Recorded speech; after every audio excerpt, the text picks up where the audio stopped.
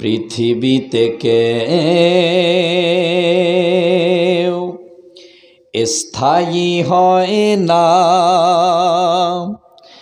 হোক না সে ফেরাউন কিবা নমরুদ।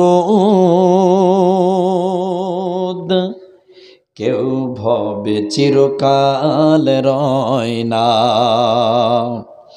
কেউ ভবে চিরদিন থাকে না, ঠিক না?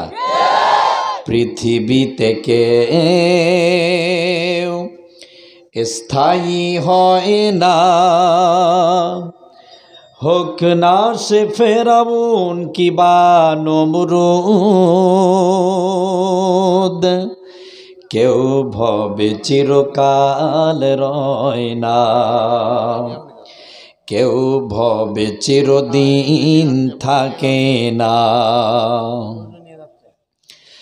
চলে যায় সব ছেড়ে যেতে হয়, মৃত্যু মানে না কোনো পরিচয়।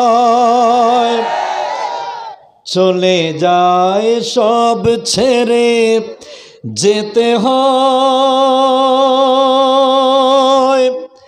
মৃত্যু মানে না কোনো পরিচয়। সব রাজা মহারাজা আর মহাবীর,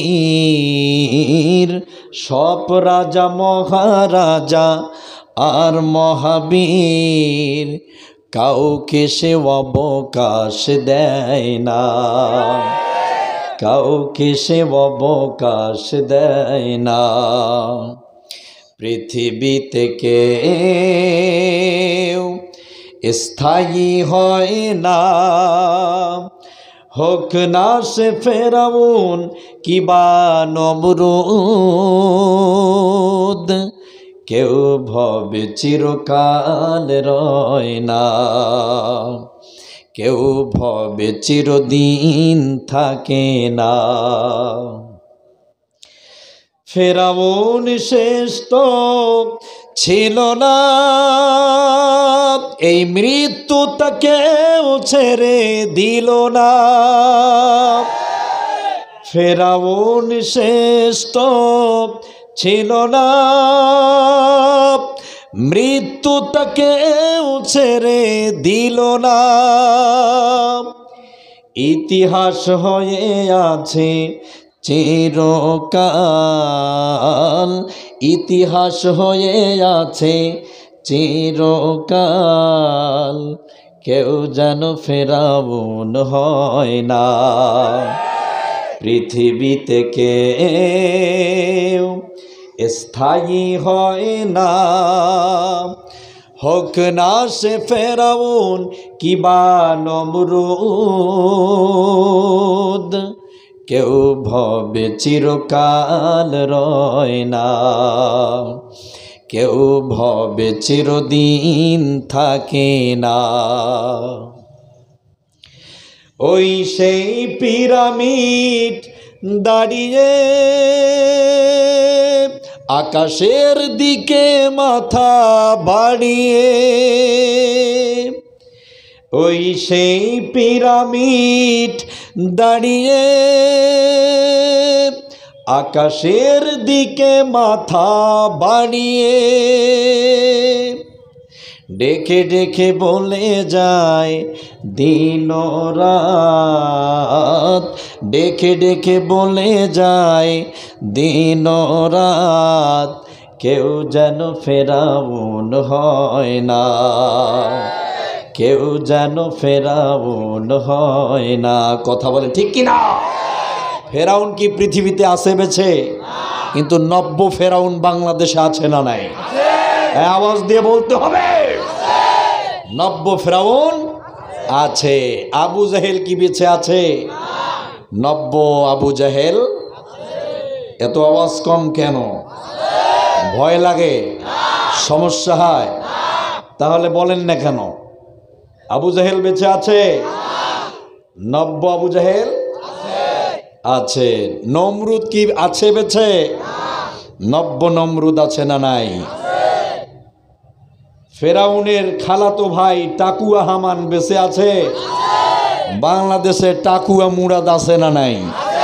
কথা বলছে না কেন? বহুত টাকুয়া মাল আছে। যাই হোক, আমরা সেই দিক বিভাগ থেকে কোনো কথা বলতে চাই না, আবার ওরা মাইন্ড করতে পারে। কথা বলেন, কথা ঠিক কি না? যাই হোক, আমরা কোরআনুল কারীম থেকে সরাসরি ডাইরেক্ট আলোচনা শুরু করতে চাই। রাজি আছেন ভাই? তাহলে কোরআনুল কারীম থেকে আলোচনা শুরু করার আগেই বলছি, কোরআন বলার সময় যদি কারো ভালো লাগে তাহলে তার কপালটা খুলে যাবে।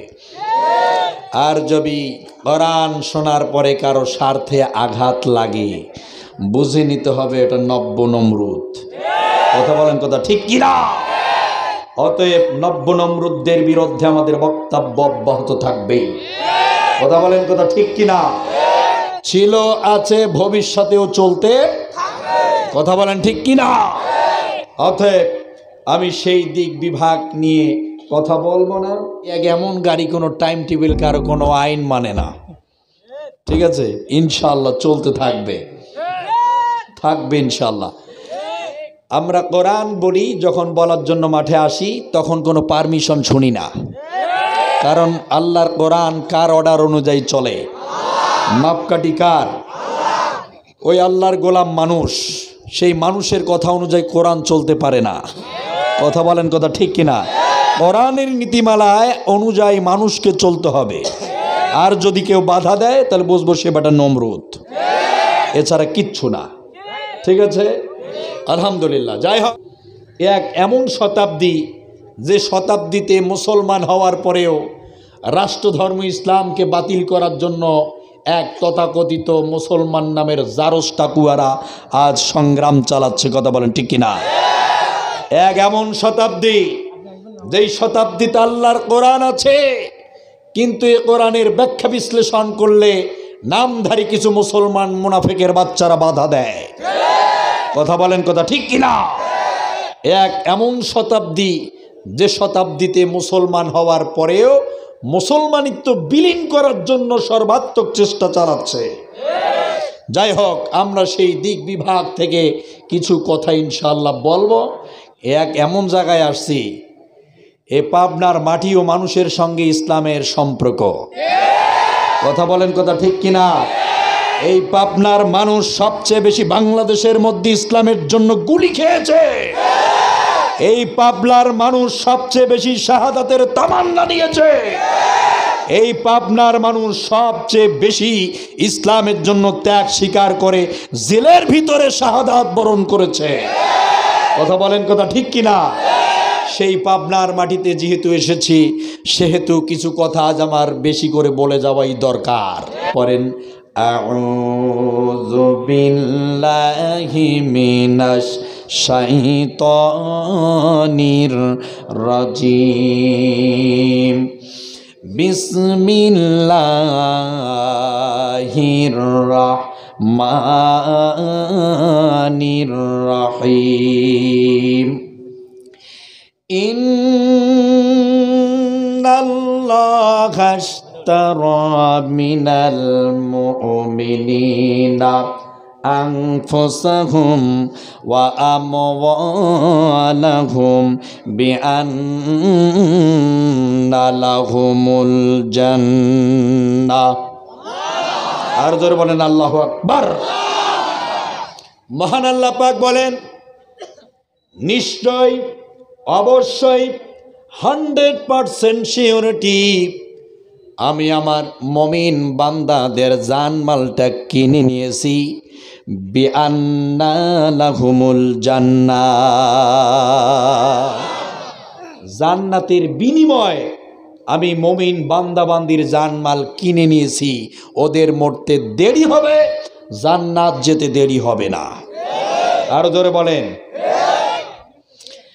তাহলে মুমিনদের জানমাল কিনে নিয়েছেন কে? আল্লাহ।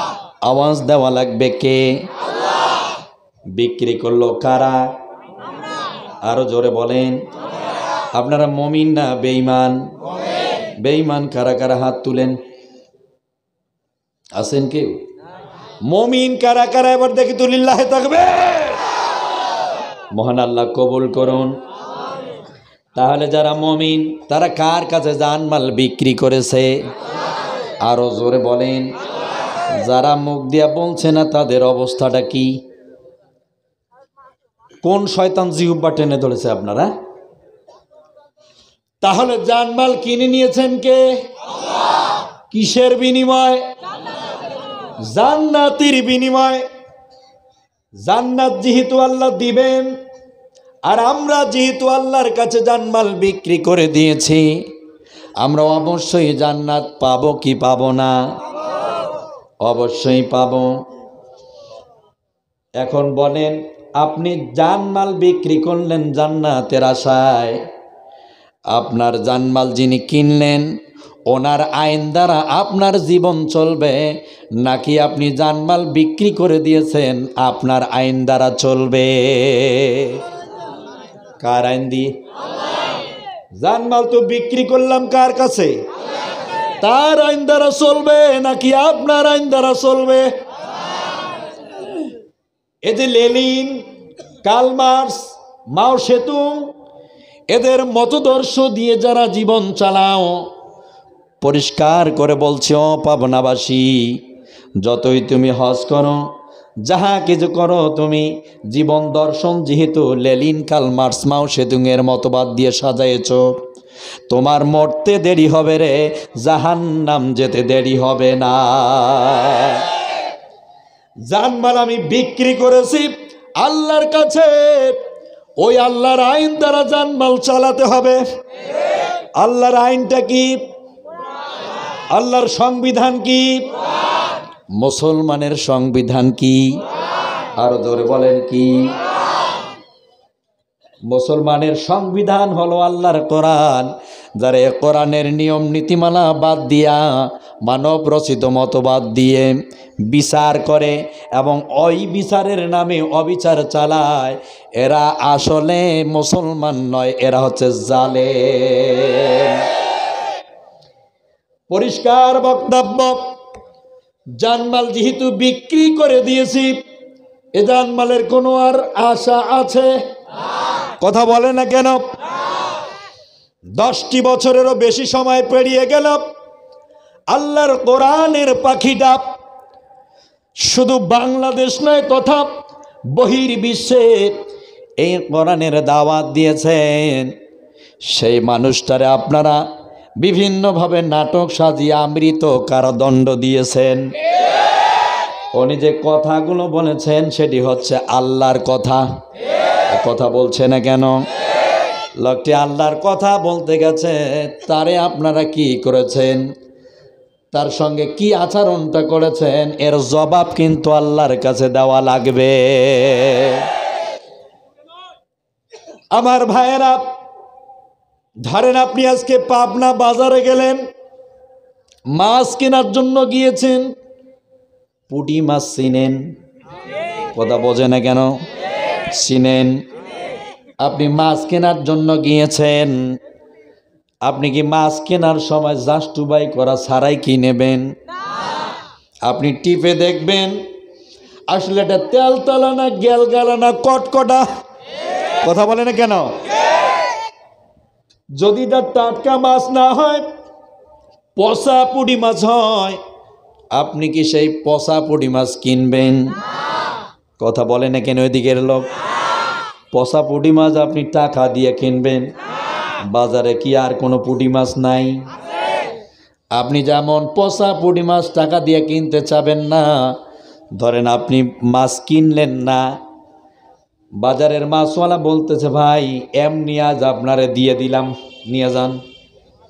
প্রতিদিন আপনি আমার কাছ থেকে মাছ কিনেন, আজ যেহেতু পচে গেছে টাকা দিয়ে কিনতে চাচ্ছেন না, তো আজ আমি ফ্রি দিয়ে দিলাম, নিয়ে যান। যদিও আপনি পচা পুঁটি মাছ বাসার মধ্যে নিয়ে যান, আপনার বিবি কিন্তু এই পচা মাছ রান্না ঘাড়ের ওপর দিয়া পাকিস্তানে পাঠাবে। এই পচা মুড়ি মাছ যেমন আপনার বিবি রান্না করবে না, পাকিস্তান পাঠিয়ে দেবে রান্নাঘরের ওপর দিয়া। যেমন এই পচা মুনাফেকগুলো, মুসলমান নামধারী মুনাফেকের বাচ্চাগুলোর জানমাল আমার আল্লাহ জান্নাতের বিনিময় কিনবে না, ঠিক তেমন এরা মনে করে আমি বুঝি জান্নাত পাবো। না না, আল্লাযীনা ইয়াত্তাখিযুনাল কাফিরিনা আবনিয়া মিন দুনিল মুমিনিন।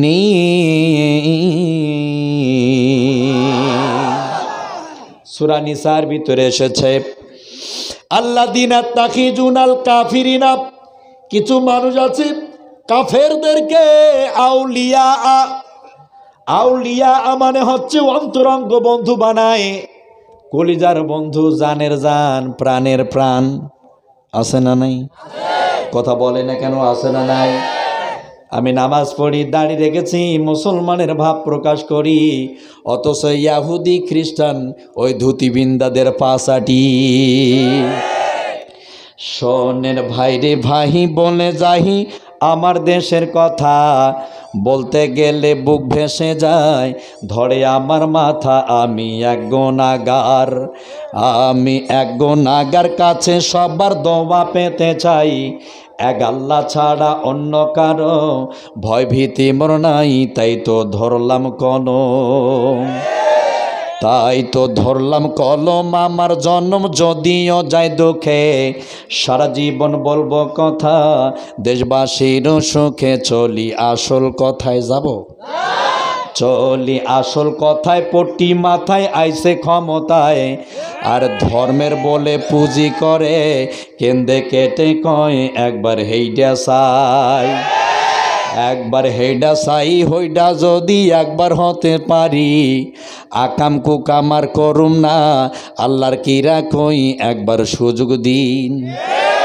একবার সুযোগ দিন, মেনে নিন মাত্র একটিবার, সন্ত্রাসী করিব দমন, হইলে সেসব কোথায় গেল, সেসব কোথায় গেল, ভুলে গেল সকল ওয়াদা, ওই দিল্লির দাদার সাপে পইরা হইছে বেকায়দা, দেশ যায় দাদার হাতে, দেশ যায় দাদার হাতে, রাত প্রভাতে কখন কি যে কয়, তাই বুবু জন্মর রাত জাগিয়া কান পাতিয়া রয়, শুরু হইছে খেলা, শুরু হইল খেলা, মূর্তির মেলা শুরু হইল দেশে, তসবি পট্টি সব ছাড়িয়া নামছে, কি কইলা বলেন তো? চলবে? চালাবো? কারা কারা থাকবেন দু হাত তুলে দেখাও।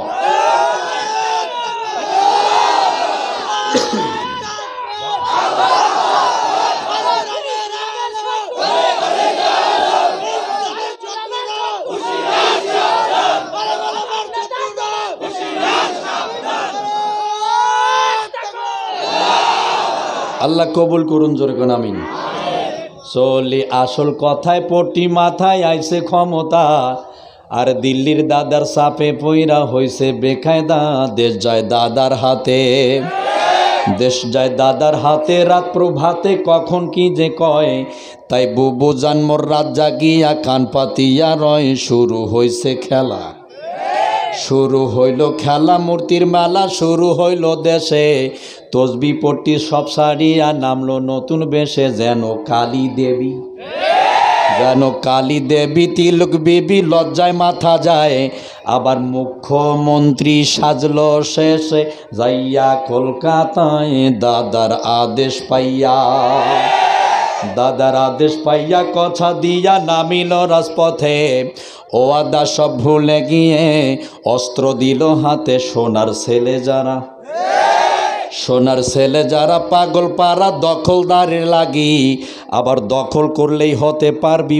বড় অংশের ভাগী। আরো লজ্জার কথা, আরো লজ্জার কথা, ঘোরে মাথা দুঃখ হয় মনে, খুলল কাপড় পুলিশ জাতি, কান্দে আমার বনে, হায় রে পুলিশ জাতি, হায় রে পুলিশ জাতি, মায়ের জাতি হইল অপমান, সরকার প্রধান একে জাতি, এই কি অবদান, এলা কেমন কথা। তাহলে চলেন, পচা পুঁটি মাছ আপনি কিনবেন? কিনবেন? কিনবেন না। কাফিরদের সঙ্গে ওরাই সম্পর্ক স্থাপন করে যারা মুসলমান নামধারী মুনাফিক। এবার বলেন তো শুনি, মুনাফিক কি খ্রিস্টানদের মাঝে আছে? আওয়াজ দেওয়া লাগবে। আছে? বৌদ্ধর মাঝে আছে? হিন্দুদের ভিতরে আছে? মজুসিয়াতে আছে? কার ভিতরে আছে? মুসলমান বলার কি আছে? আপনার ডানে বামে তাকে দেখেন, এখানেই আছে। নাই? মুনাফিক নাই? মুসলমানদের ভিতরে তো আছে রে ভাই, কিন্তু এখানেও আছে। নাই? নবীজি যখন বক্তব্য দিত, মুনাফিকরা লাভ দিয়ে ওঠে বলতো, হুজুর তোর বক্তব্য থামা। আছে না নাই? অনেকের কিন্তু চুলকানি শুরু হয়ে গেছে। হাউস আছে না নাই? আছে। তাহলে মনে রাখেন, এই ইসলামের হক যখন বলবেন, মুনাফিকরা তখন সহ্য করতে পারবে না। ভারতের কোনো ধুতি বিন্দা এসে বাংলাদেশে বলে নাই যে রাষ্ট্র ধর্ম ইসলাম বাদ দেওয়া লাগবে। ওই মিয়ানমারের কোনো বৌদ্ধ এসে বলে নাই এ দেশ থেকে ইসলাম এবং মুসলমানদেরকে মিশে দেওয়া লাগবে। আমেরিকার কোনো খ্রিস্টান এসে বলে নাই এই দেশে মাহফিলগুলোতে 144 চালু করা হলো। কারা করতেছে? এই যে আজকের রাতে আব্দুল্লাহ আমিন ভাইয়ের ঢোকার কথা ছিল পাবনায়, কোন আল্লাহর ফেরেশতা যেন জান্নাত থেকে পালাই এসে মাহফিলটা 144 করে দিল। জোরে কোন মারহাবা। وقال الذين كفروا لا تسمعوا لهذا القرآن। আমার আল্লাহ বলেন, কাফিরের বাচ্চাগুলো আমার কোরআনে 144 চালু করে দেবে। ওই জামানায় আল্লাহর নবীর দামাতের ওপরে যারা 144 চালু করেছিল, যারা বাংলাদেশের এই শতাব্দীতে পুরো বাংলাদেশে কোরআনের মাহফিলগুলোতে আজ বাধা দিয়ে যাচ্ছে, ঠিক তারা। আমার ভাইয়েরা, শুধু এখানে শেষ তা কিন্তু না, এগুলো সব ভেটাস দিতেছি, আলোচনা শুরু হয়নি। আল্লাহর নবী মক্কাতুল মুকাররমায় প্রথম দিনের দাওয়াত শুরু করে দিলেন। মক্কার মানুষগুলোকে বোঝাতে শুরু করলেন। মক্কার মানুষগুলো দিন থেকে, ইসলাম থেকে বহু দূরে সরেছিল। ইসলামের দাওয়াত যখন আল্লাহর নবী দেওয়া শুরু করে দিয়েছে, কাফের মুশরিকগুলো নবীজির বিরোধিতা করেছে। বিভিন্নভাবে তারা বিরোধিতা করেছে। বিরোধিতা করার বহু ধরন আছে। কেউ ঢোল বাজিয়ে দিত, কেউ আওয়াজ করত, কেউ ফাজলামি করত, কেউ ওই পরিবেশের ওপরে হাঙ্গামা চালিয়ে দিত। আছে না নাই? আরো জোরে বলেন, আছে না নাই? জোরে বলতে হবে। আছে। নবীজি মক্কার মাটিতে 31টা বছর পর্যন্ত দাওয়াতি কার্যক্রম শুরু করে দিলেন। আল্লাহর নবী মুহাম্মদুর রাসূল, ঠিক আছে, ভোট তো দিবেন, কিন্তু জাড়ে তাড়ে দেন না। যেটা ইসলামের 12টা বাজবে ওটা ভোটই দেওয়া যাবে না। কথা বুঝতে পেরেছে? যে ইসলামের পক্ষে থাকবে তারই ভোট, তারই সমর্থন, তারই সব কিছু করতে হবে। আর যেগুলো জালেম, ইসলামের আগা গোড়া কিছু বোঝে না, কিচ্ছু বোঝে না, ওটাদের ভোট দেওয়াটাও পাপ। ঠিক আছে, মনে রাখবেন। তাহলে আমার আর ভোট আর কি দিবেন? সবার হক আদায় করতেছে, জোরে কোন মারহাবা। আমার ভাইয়েরা, তাহলে চলেন, মক্কার মাটিতে 31টা বছর বিশ্ব নবী দাওয়াত দিচ্ছে। কিসের? কিসের? এই মানুষটার নামের লকাব দিয়েছিল আল আমিন, আস-সাদিক। বড় সত্যবাদী মানুষ, বড় বিশ্বাসী মানুষ। ওই সময়ের কাফেররা মুশরিক গুলো আল্লাহর নবীর নামের লকাব দিয়েছিল। কথা বলেন ঠিক কিনা? আজও বাংলাদেশে আল্লামা, কোরআনের পাখিটারে আল্লামা খেতাবে কারা ভূষিত করেছিল? কারা করেছিল? যারা তাকে ঢুকিয়ে দিল তারাই করেছিল। কারা 7 দিন 8 দিন 10 দিন ধরে মাহফিলগুলো তাফসিরগুলো চালাতো? কারা ওই মাহফিলগুলোর সভাপতি সেক্রেটারি হতো? যারা আজ কোরআনের বিরোধিতা করে চলেছে তারাই ছিল। মক্কার মাটিতে বিশ্বনবীকে আল আমিন বলে তারাই লকাব দিল। তারাই বিশ্বনবীকে আস-সাদিক বলে ডাক দিল। ওরাই আবার মক্কার মাটিতে আমার নবীকে থাকতে দিল না। কথা বলছে না কেন? ওরাই আবার দুর্বার কঠিন আন্দোলন করে তুলেছিল, আল্লাহর নবীকে সরাতে হবে, না হলে ক্ষমতার চেয়ার টেকবে না। নবীজি 31টা বছর পর্যন্ত দাওয়াতি কার্যক্রম চালালেন। বিশ্বনবী জনাবি মুহাম্মদুর রাসূলুল্লাহ সাল্লাল্লাহু আলাইহি ওয়াসাল্লাম মক্কার ভূখণ্ডে নবীজি দাওয়াতি কার্যক্রম করলেন 31টা বছর। কত বছর? আরো জোরে বলেন কত বছর? আরে ভাই জোরে বলতে হবে, কত বছর? 31 বছর কি কম সম বছর নাকি? দীর্ঘ সময় পেয়েছেন। এই দীর্ঘ সময় ধরে 31টা বছর ধরে নবীজি দাওয়াত দিলেন। সেই মানুষটা মক্কায় ঘুমাতে পারে না আরামে, ওই মানুষটা আরামে থাকতে পারে না মক্কার ভূখণ্ডে। তাকে রাতের বেলা চুপে সারে অন্ধকারে আবু বকরকে সঙ্গে নিয়ে মক্কাতুল মুকাররমা থেকে মদিনায় পালাতে হলো। এর পিছনে যাদের ভূমিকা ছিল তারা হচ্ছে নামধারী মুসলমান মুনাফিকের বাচ্চাদের কারণ।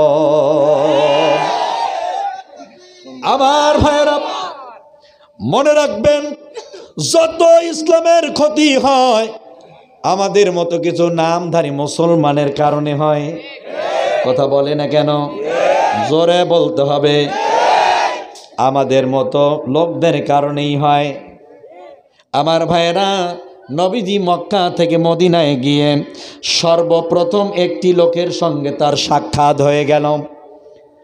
লোকটার নাম হলো আব্দুল্লাহ ইবনে উবাই ইবনে সুলুল। মক্কা মদিনায় এক নামে মানুষ চিনত। ইবনে সুলুল হচ্ছে সবচেয়ে প্রখ্যাত একজন আলেম। কথা বলছে না কেন? আরো জোরে বলেন। আছে না নাই এরকম? বিশাল বড় টুপি, বিশাল বড় দাড়ি, অনেক বড় কর্তা পাঞ্জাবি, অথচ আলেমদের ফাঁসি দেওয়ার ব্যাপারে প্রথম ভূমিকা তার। কথা বলেন, কথা ঠিক কিনা? এদেশে ইসলামকে বিলীন করে দেওয়ার পিছনে ভূমিকা তার। একটা গাছ কুড়ালকে ডাক দেয়া বলতেছে, ও কুড়াল ভাই, তুই আমার কাটিস কেন? কুড়াল চেনেন? ও পাবনার মানুষ কুড়াল চেনেন? গাছ যে কাটে। গাছ কুড়ালকে বলতেছে, ও কুড়াল ভাই, তুমি আমার কাটো কেন? কুড়াল বলতেছে, রে গাছ, আমি কি তোরে কাটি সাধে? তোর জাতি ভাই ঢোকা আছে আমার পাছার ভিতরে। আমি কুড়াল, তোর মতো গাছকে কাটার মতো ক্ষমতা, সাধ্য, শক্তি, সম্বল ছিল না। তোর জাতি ভাই গাছ, সে আমি কুড়ালের পাছার মধ্যে ঢোকা আছে। আর ওই বেটা গাছ আমার সাহায্য করে, আমার শক্তি সঞ্চার করে, যার কারণে আমার মতো কুড়াল তোর মতো গাছ রে কাটে। তাহলে ইসলামের ক্ষতি, ইসলামের সমস্যা বাংলাদেশে হওয়ার পিছনে নামধারী কিছু মুনাফিক মুসলমানের বাচ্চার কারণে। আমার ভাইয়েরা, নবীজি মদিনায় এসে যেই লোকটার সর্বপ্রথম দেখা পেয়ে গেলেন, লোকটার নাম হলো ইবনে উবাই ইবনে সুলুল। সুলুল হচ্ছে মুনাফিকদের লিডার, প্রখ্যাত একজন আলেম। আলেম মানে হচ্ছে জ্ঞানী লোক। কথা বলে না কেন? আলেম কাকে বলা হয়? যারা জ্ঞানী তারই বলা হয়। এখন হোক আপনার কোট প্যান্ট শার্ট আছে, আপনার জ্ঞান আলেমের চেয়েও বেশি, আপনি আলেম। কথা বলেন, কথা ঠিক কিনা? এই দাড়ি টুপি পাঞ্জাবিতে আলেম না, এটা একটা সাইনবোর্ড, এটা একটা লেবাস, এগুলো সুন্নাহ। আর আপনার ভিতরে যদি পরিপূর্ণ জ্ঞান থাকে, আপনি আমার চেয়ে প্রখ্যাত আলেম হবে। আলেম মানে হচ্ছে জ্ঞানী। জ্ঞানী মানুষটার হাত ধরলেন, নবীজি বললেন, উবাই রে, আমার দাওয়াতটা যদি মক্কা থেকে মদিনা এসেছি, আমি দাওয়াতটা যদি তুমি নিতে পারো, তাহলে মদিনার মাটিতে আমার দাওয়াত দিতে সুবিধা হবে, সহজ হবে। সাধারণ মূর্খ মানুষগুলো ভাববে, যেহেতু শিক্ষিত মানুষটা দাওয়াত নিয়েছে, সে তো আমাদের মূর্খ মানুষগুলোর দাওয়াত নেওয়া দরকার। কথা বলে না কেন? শিক্ষিত মানুষগুলো যেই দিকে ধাবিত হয়, সাধারণ মানুষগুলো সেই দিকে চলতে শুরু করে। নবীজি এই জন্য বললেন, দাওয়াতটা নাও। উবাই ইবনে সুলুল বললেন, তুমি আজ 31টা বছর পরে মক্কা থেকে মদিনায় এসেছ, তুমি মক্কা থেকে মদিনায় উড়ে এসে জোরে বসেছ। আব্দুল্লাহর বেটা তুমি, তোমার মনে রাখা দরকার, এই মক্কা মদিনার প্রধান সরকার আবু জাহেল। এই আবুল হাকামের নেতৃত্ব ছাড়া মক্কা আর মদিনার মানুষ চলতে পারে না। মক্কা মদিনার মানুষ শুধুমাত্র কেবলমাত্র আব্দুল্লাহ ইবনে উবাই বলতেছে আবু জাহেলের কথা অনুযায়ী চলে। কথা বলছে না কেন? আরো জোরে বলেন। এদেশের মানুষ কার কথা শুনে চলে? আমাদের নেতাদের কথা। কথা বলে না কেন? এই যে ওয়ার্ডের মেম্বার যারা বানাবেন, ওর মাধ্যমে পুরো ওয়ার্ডটা চলবে। কথা বলছেন না কেন? আর ওটা যদি হয় চোর, কি করবেন? চেয়ারম্যান যেটারে বানাচ্ছেন, ইউনিয়নের লিডার চেয়ারম্যান, সে যদি আপনার বস্তায় বস্তায় চাল চুরি করে দেয়, আপনি সেখানে কি করবেন? আপনি আসনের এমপি যারে ভোট দিয়ে বানাচ্ছেন, তার কথা অনুযায়ী আসনটা পুরো কন্ট্রোল থাকে। কথা বলে না কেন? এরপরে মন্ত্রী যারে আপনারা বানান, ওর কথা অনুযায়ী মন্ত্রণালয়টা চলে। কথা বলছে না কেন? প্রধানমন্ত্রী যাকে আপনারা ভোট দেন, সে প্রতিষ্ঠিত হয়ে যাওয়ার পরে তার কথা অনুযায়ী পুরো দেশ চলে। এরপরে রাষ্ট্রপ্রধান যারে বানানো হবে, তার কথা অনুযায়ী পুরো রাষ্ট্র চলবে। একটা সার্কেল আছে। কথা বলেন ঠিক কিনা? আরো জোরে বলেন, কথা ঠিক কিনা? তা আপনি একটা চোরকে মেম্বার বানালেন, ও আপনি ভোট দিয়ে তারা সমর্থন করলেন, ও চুরি করে খায়, এটার ভাগটা কে নেবে? কথা বলে না কেন? কথা বলছে না কেন? তাহলে দেখে শুনে ভোটটাও দেওয়া লাগবে। ভোটটা কি হাঁকাও দেবেন? অন্ধকারে তীর মারলে কোথায় লাগবে আপনি জানেন? কথা বলে না কেন? জানেন? আপনি দেখে শুনে মারেন জায়গা মতো, তাহলে কাজে লাগবে। অন্ধকারে মারেন বলে আজ আপনাদের কপালের অবস্থা এই। ওরা বড় গলায় কয় কথা, রাতারাতি হয় নেতা। বড় গলায় কয় কথা, রাতারাতি হয় নেতা। আকাম কুকাম সব করিয়া গড়ে নেতায় আস্তানা। আসলে সব পেট পোজায় আর ভোটটা নেওয়ার বাহানা। আর আসলে সব পেট পোজায় আর ভণ্ডামি আর বাহানা। এই জনতার ভোট পাহিয়া নেতার যখন আসে জয়, তখন নেতার পাইতে দেখার জুতার তলা হয় যে ক্ষয়, স্যান্ডেলের তলা হয় যে ক্ষয়। সামান্য সিগনেচারের জন্য লাগে, সিগনেচারের জন্য লাগে লাখো টাকা নজরানা। আসলে সব পেট পোজায় আর ভোটটা নেওয়ার বাহানা। ভোট নেওয়া শেষ, প্রতিষ্ঠিত হয়ে গেল, বাটি চালা দিয়েও খুঁজে পাওয়া যায় না। ওর হাত দিয়ে ইসলামের ক্ষতি হয়, ওকে সমর্থন করা জায়েজ নেই। কথা বুঝেছেন? কথা বুঝতে পেরেছেন? যারা এরকম নেতারা যারা কোরআনের জন্য মঞ্চে এসে বসবে, সাহস যোগাবে, বলো কোরআন আমি আছি, আল্লাহর কোরআনের পক্ষে আমি, এই সমস্ত মানুষগুলোর পক্ষে ভোট, নোট, সমর্থন যা করা দরকার তাই করবেন। রাজি আছেন? ইনশাল্লাহ পারবেন? দেখি তো কারা কারা পারবেন। লিল্লাহে তাকবীর। আল্লাহু আকবার।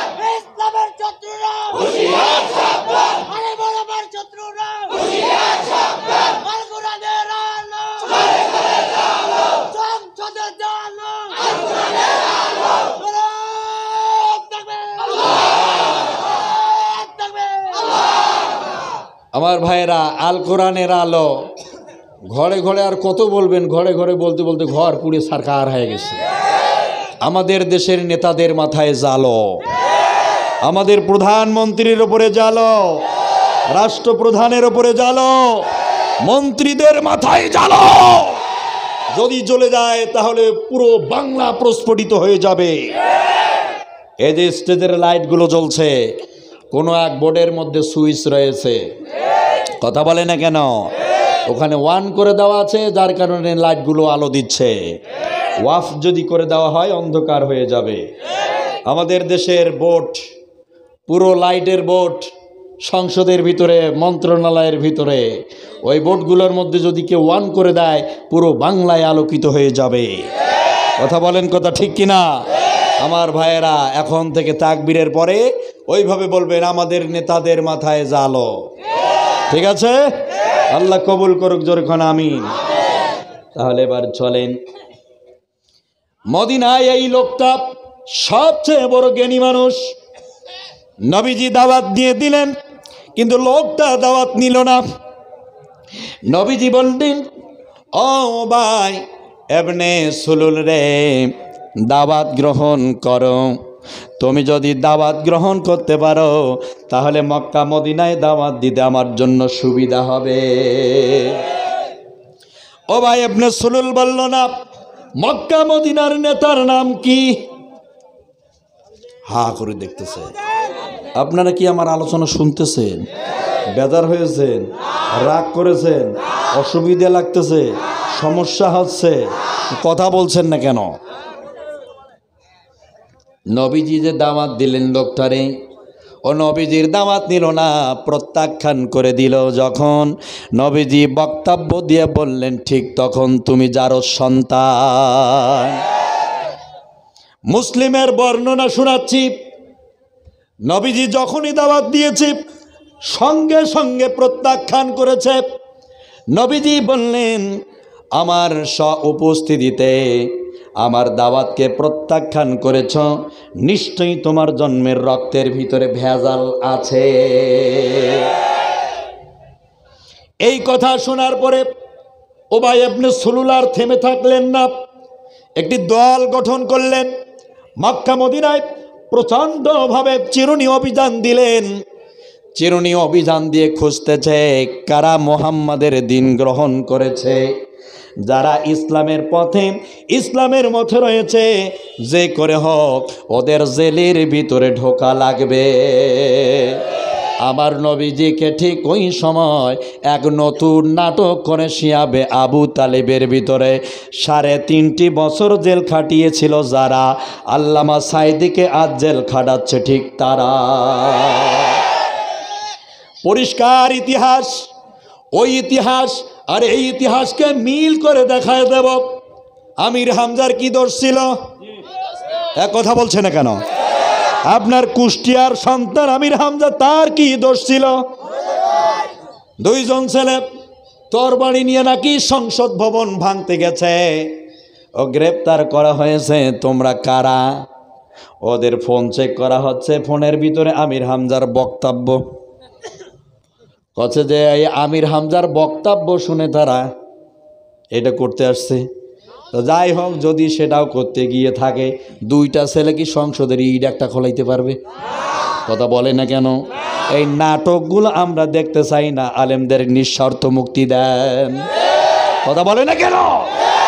নির্দোষ আমির হামজার ধরে নিয়া ওরা দিয়ে দিল জেলে ভৈরা। রাস্তাঘাটে নিত্যদিনই ঘুমে থাকা মানুষ যিনি, রাস্তাঘাটে নিত্যদিনই ঘুমে থাকা মানুষ যিনি, জোর করে তুলে নিয়ে সাজাইছে মামলা। মামলা তো নয় জানো নেতাদেরই হামলা রে, মামলা তো নয় জানো নেতাদেরই ঝামলা। নির্দোষ আমির হামজার ধরে নিয়া ওরা দিয়ে দিল জেলে ভৈরা। রাস্তাঘাটে নিত্যদিনই ঘুমে থাকা মানুষ যিনি, রাস্তাঘাটে নিত্যদিনই ঘুমে থাকা মানুষ যিনি, জোর করে তুলে নিয়ে সাজাইছে মামলা। মামলা তো নয় জানো নেতাদেরই ঝামলা রে, মামলা তো নয় জানো নেতাদেরই হামলা। অযথা মামলা দিল আসামি কয়জন, মামলা দিয়ে ওরা দেখো হাসে সারাক্ষণ। অযথা মামলা দিল আসামি কয়জন, মামলা দিয়ে ওরা দেখো হাসে সারাক্ষণ। ওই হাসি থামবে তখন এ কোরআনি শাসন আসবে যখন, ওই হাসি থামবে তখন কোরআনি শাসন আসবে যখন। এই আঘাত সহ্য করতে নিজেকে সামলা। মামলা তো নয় জানো নেতাদেরই ঝামলা রে, মামলা তো নয় জানো নেতাদেরই হামলা। বাংলাদেশের রাজধানীতে কোরআনের সভা, ওরা বলে কথা বললেই জেলের ভাত খাবা। কথা বলে না কেন? বাংলাদেশের রাজধানীতে কোরআনের সভা, ওরা বলে কথা বললেই জেলের ভাত খাবা। ওদের ভয়ে তাফসির বন্ধ, থেমে গেছে সকল দ্বন্দ্ব। ওদের ভয়ে তাফসির বন্ধ, থেমে গেছে সকল দ্বন্দ্ব। তারপরেও দিল মোদের জেলে ঢুকাইয়া। মামলা তো নয় জানো নেতাদেরই হামলা রে, মামলা তো নয় জানো ওদের যেন ঝামলা। মানে আলেমদের দেখিলে ওদের আর ভালো লাগে না, আলেমরা কথা বললে আর ভালো লাগে না। কুমিল্লার সন্তান ডক্টর মিজানুর রহমান আজারীর কি দোষ ছিল? কেন সে বাংলায় থাকতে পারলো না? মনে রাখবে তারুণ্যের অহংকার বাংলাদেশের যুবকদের আইডল আবার বাংলাদেশে আসবে, সেদিন কলজা ফাটে তোমরা মরবি। শয়তানদের শুধু শয়তানি ছাড়া আর কিচ্ছু নাই। তোরা শয়তানি করতে করতে মরবি, জাহান্নামী হবি। কথা বলে না কেন? তাহলে আমার ভাইয়েরা, এই লোকটা দাওয়াত নিল না। নবীজি বললেন নিশ্চয় তোমার সমস্যা আছে। কি হইল আপনাদের? খারাপ লাগতেছে? যদি উচিত কথা কই তবেই তোমরা বলবে আমি আসলে ভালো নই। যদি সত্য কথা কই তবেই তোমরা বলবে আমি ভালো মানুষ নই। চোরে শাবল দিয়া শিং কাটিলে চোরকে মারে চৌকিদার। যারা কলম দিয়া শিং কাটিতেছে কে করে ওদের বিচার। এখন এই কথাটি যদি আমি এই পাবনায় এসে কই তবে তোমরা বলবে আমি ভালো মানুষ নই। আমি তখন খারাপ হয়ে যাব, ঠিক কিনা? হক কথা চলবে কি চলবে না?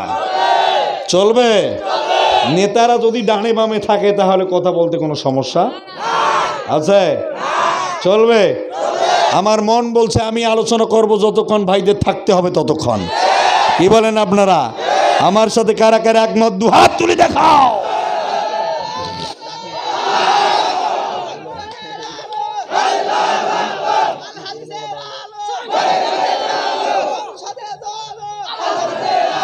অর্ধেক মানুষ অর্ধেক হাত তুলে বলে আল কোরআনের আল। আর পুরা তুললে কি হয়? আপনার ভয় লাগে? মুনাফিকি আচরণ মন থেকে ডিলিট করেন। ইমানদারের সাহস শক্তি সম্বল নিয়ে হাত দু হাত উঁচু করেন।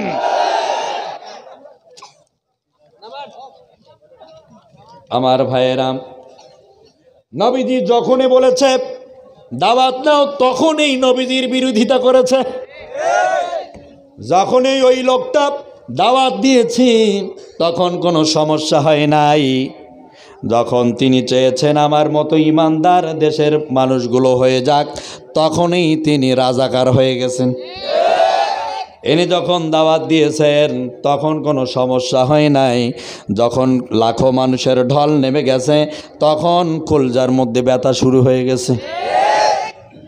এই সমস্যাটা প্রত্যেকটা যুগে প্রতিটা শতাব্দীতে আছে না নাই? কথা বলছে না কেন? নবীজিকে হত্যা করার জন্য এই আব্দুল্লাহ ইবনে উবাই ইবনে সুলুল প্রতিটা দিন কাজ করে যাচ্ছে। সাহাবীদেরকে যেখানে পাবে সেখানে হত্যা করে দাও, যেখানে নবীজিকে পাবা সেখানেই হত্যা করে দাও। নবীজির সাহাবীদেরকে যারা মারতে পারবি তোমাদের প্রমোশন হবে, যারা ডিমোশনে আছো তাদের প্রমোশন দেওয়া হবে। যদি লাঞ্ছিত অবহেলিত নিগৃহীত করতে পারো তোমাদের প্রমোশন দেওয়া হবে। এই লোভের বশীভূত হয়ে কিছু মানুষ আল্লাহর নবীর বিরোধিতা করেছে, নবীর সাহাবীদেরকে হত্যা করেছে, নবীজিকে হত্যা করেছে, যেমন নবীজির সাহাবীদেরকে শহীদ করেছে। যেমন এই বাংলাদেশের কিছু অফিসার প্রমোশনের লোভে মুসলমান ইসলাম প্রিয় জনতার বুকে গুলি চালিয়েছে, ঠিক তেমন প্রমোশনের লোভ। লোভে পাপ, পাপে কি আরো জোরে, আর জোর হলো না। ওই চাকরি বেটা তোমারে বাঁচাবে না, ওই চাকরির গুল্লি মারি ইমান বাঁচা লাগবে। ওই চাকরি ছেড়ে দিয়া পানের দোকান দিয়া খাও, পরকালে শান্তি পাবা। আর যদি এরকম ভাবে জালেমের গোলামি করে তোমার নিজের ভাইয়ের বুকে গুলি চালাতে হয়, এই চাকরি করা মানে জাহান্নামে যাওয়া। আমার প্রিয় ভাইয়েরা, নবীজির সাহাবীদেরকে হত্যা করেছে প্রমোশনের লোভে। কথা বলছে না কেন? এই প্রমোশন, এই লোভ যতদিন মুসলমানরা মন থেকে ডিলেট করবে না ততদিন নিজের ভাইকে সে নিজেই মারবে, নিজের আত্মীয়কে সে নিজেই মারবে, নিজের ধর্মীয় মানুষকে সে নিজেই মারবে, নিজের অংশকে সে নিজেই ধ্বংস করে দেবে। সে নিজেও বুঝতে পারবে না যে আমি এটা কি করতেছি, ও তার বোধগম্যটাও নাই, ঠিক কিনা? একটা বাচ্চা যদি পানির মধ্যে পড়ে, খাল চিনেন, খাল চিনেন, পুকুর চেনেন, একটা বাচ্চা পড়ছে ওইখানে, হঠাৎ করে ওই রোড দিয়ে আপনি যাচ্ছেন, বাচ্চাটাকে আপনি তুলতে চাচ্ছেন, বাচ্চাটাকে তুলতে গিয়ে দেখতেছেন বাচ্চাটা আপনাকে কামরান দিচ্ছে, খামসানি দিচ্ছে, আপনার চুল ধরে টানতেছে। এখন বাচ্চাটা আপনাকে কামরানি, খামসানি, চিমটানি দিচ্ছে বলে কি আপনি বাচ্চাটাকে তুলবেন না? পানির থেকে তুলবেন না? যদি আপনার কামরানি আর খামসানি, চিমটানি দেখে আপনি বাচ্চারে যদি না তুলেন, ও কি বাঁচবে না মরবে? কথা বলে না কেন? ও মরবে না বাঁচবে? এখন কামরানি দেখ আর খামসানি দেখ আর চুল ধরে টানো, আপনি ওকে উঠাতে চাবেন, কারণ ও যে মরবে তার সে বোধগম্যটাও নাই মাথায়। কথা বলেন, কথা ঠিক কিনা? ও যে জাহান্নামে যাচ্ছে এটা সে নিজেও বোঝে না, যার কারণে সে ভুল করে যাচ্ছে। কথা বলেন ঠিক কিনা? আর এই লোকগুলোকে রোড দেখার জন্য আল্লাহর কোরআনের তাফসিরের প্রোগ্রামগুলো করা। কথা বলেন, কথা ঠিক কিনা? আর যদি সেই বক্তব্য দিতে একটু গোলালুর মতো শুরু করি, মানে উত্তর দিকে ছাড়ি দিলাম গড়গড়ায়, পূর্ব দিকে গেলাম, পূর্ব দিকে ছাড়ি দিলাম, উত্তর দিকে গড়গড়াইলাম, এই বক্তব্য দিয়ে মানুষের জীবনের চলার পথের মতের কোনো উপকার হবে না। কথা বলেন, কথা ঠিক কিনা? এজন্য যা বলা দরকার তা যেন জীবন চলার পথে কাজে লাগে, ঠিক কিনা? হয় মুনাফিক সহ্য করে তওবা করে ঈমান গ্রহণ করবে, না হয় সে বক্তার 12টা বাজাবে। দুইটার একটা, এই দুটার একটা তো নাকি? এটা সর্বকালীন সর্বযুগের মুনাফিকদের চরিত্র। চালাবো? চলবে ইনশাআল্লাহ। থাকবেন তো ইনশাআল্লাহ? আল্লাহ কবুল করুক। জোরে কোন আমিন, আরো জোরে কোন আমিন। আমার ভাইয়েরা, নেতা যেহেতু আছে আমাদের কোনো সমস্যা আছে? হ্যাঁ, চলবে ইনশাআল্লাহ। আমরা তো আর কারো বিপক্ষে লেকচার দিচ্ছি না, আমরা তো রাজনীতি করতেছি না। কোরআন বুঝাতে গিয়ে 2-4টা প্রেক্ষাপট আসতেই পারে দৃষ্টান্তমূলক। ওইটাকে যদি কেউ মনে করে বলে যে না হুজুর আমার সর্বনাশ করে দিয়ে গেল রে, হুজুরের আমি 12টার থেকে 13টার গাড়ি চালাবো, তাহলে ওকেও আল্লাহর কাছে জবাবদিহি করা লাগবে। কথা বলেন, কথা ঠিক কিনা? আসল কথা সে বোঝেই না, নবীজি সাহাবীর সঙ্গে উবাই ইবনে সুলুলের দেখা হয়ে গেল।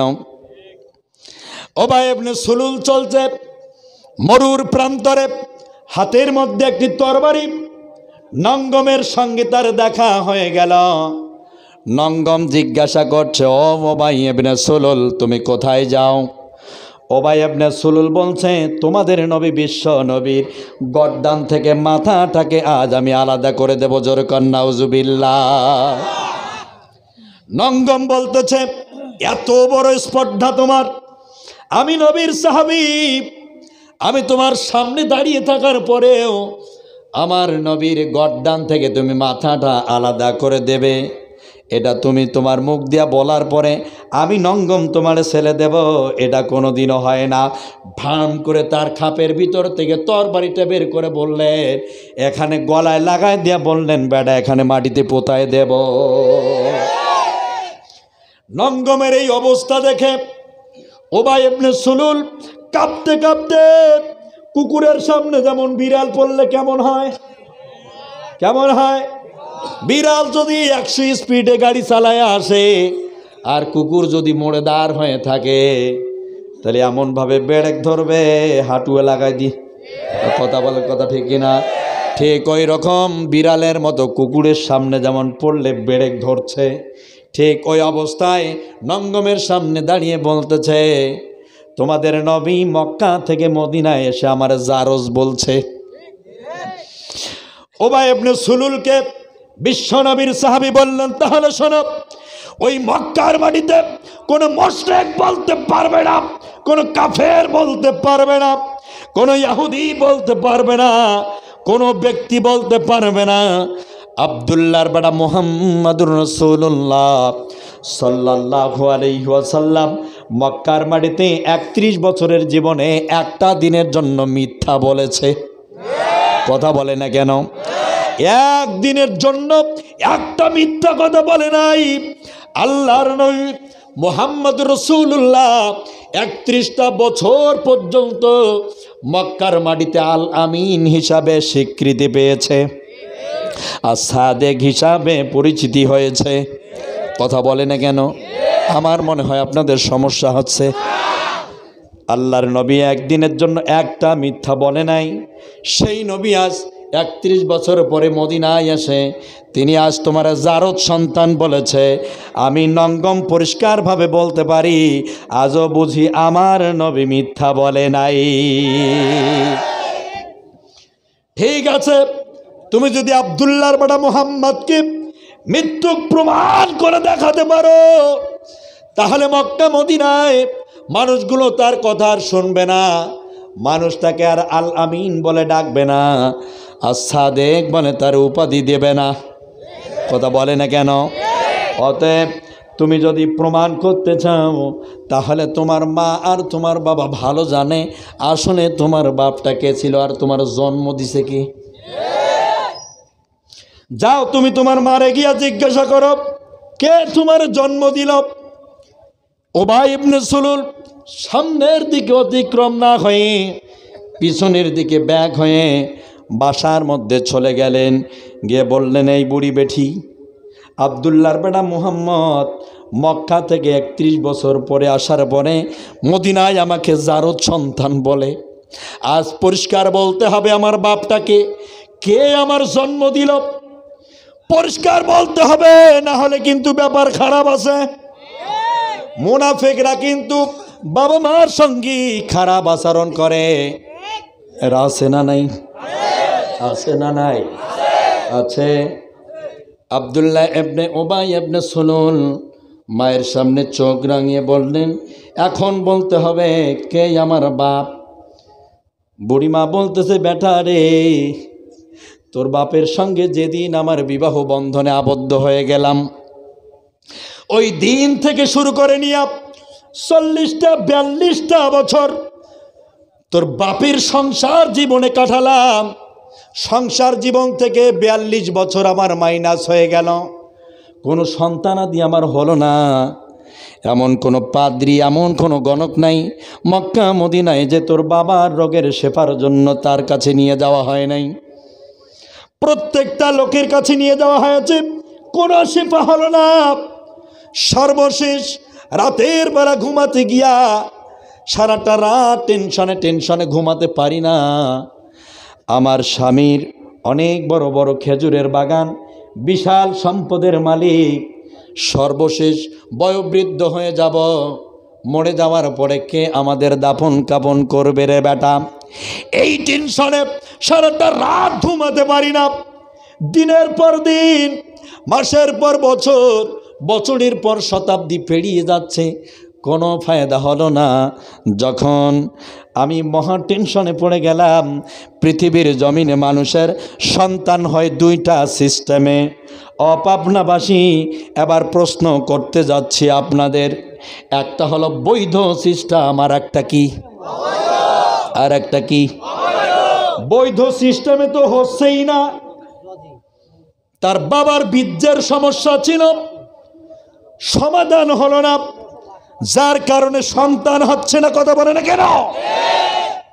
42টা বছর পেরিয়ে গেল, তার মা বলতেছে, ও বাইরে সুলুল, পরিষ্কারভাবে শোনম, আসলে যখন আমার সন্তান হলো না, আমি ঘুমাতে পারি না, থাকতে পারি না, শান্তিতে একটু খাইতেও পারি না, চলতেও পারি না রে ব্যাটা।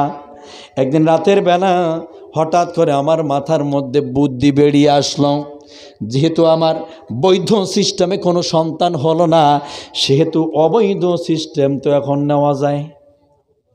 আজকে আমেরিকায় দেখা যাচ্ছে যাদের সন্তান হচ্ছে না, বেবি টেক্সের মাধ্যমে বীজ প্রদান করে সন্তান নেওয়া হচ্ছে। এগুলো এক একটা হাইব্রিড। কথা বলে না কেন? হাইব্রিডের বাংলা কি?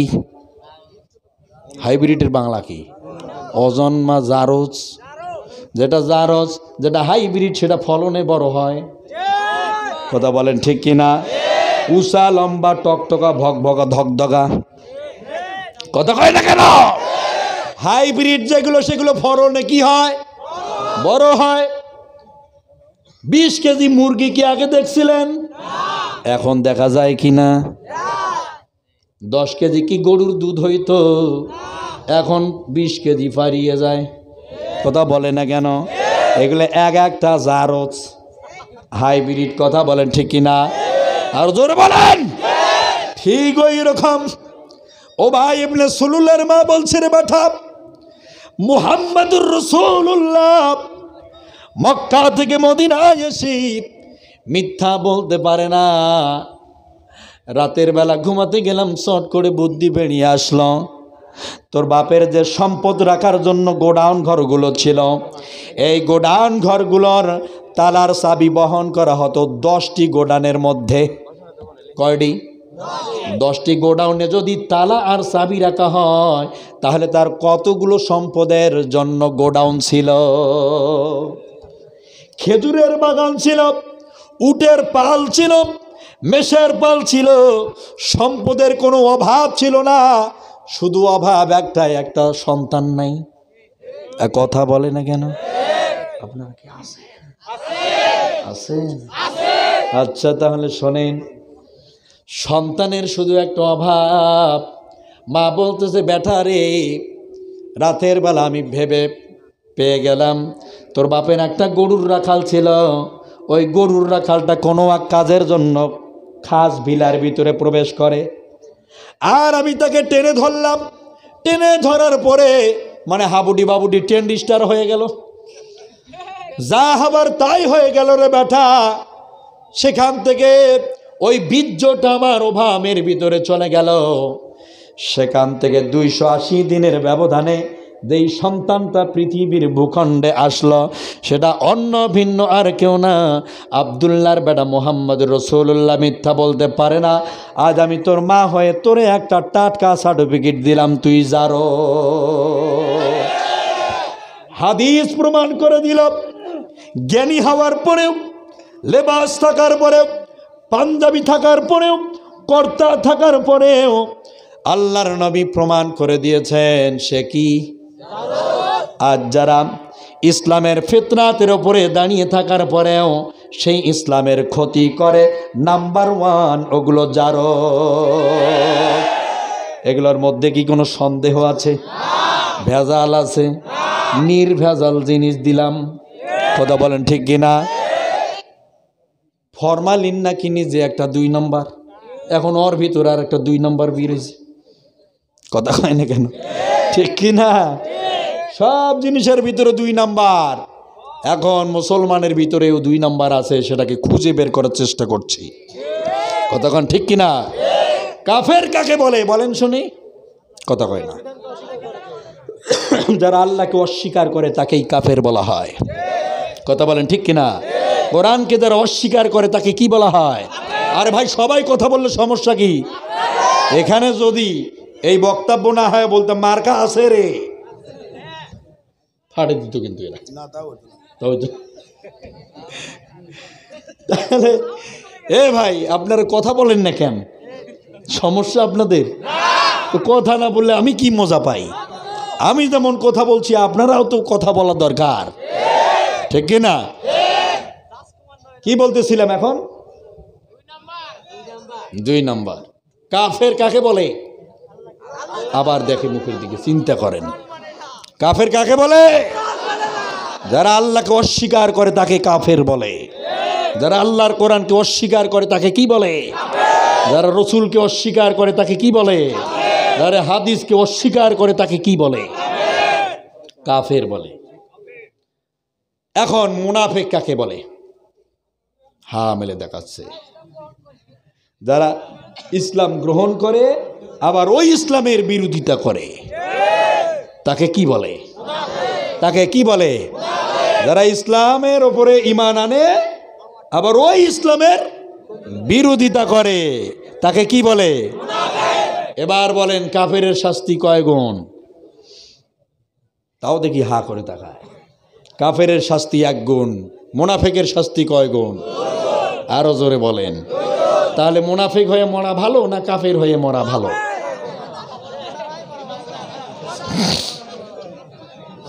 কথা বুঝতে পারেন না?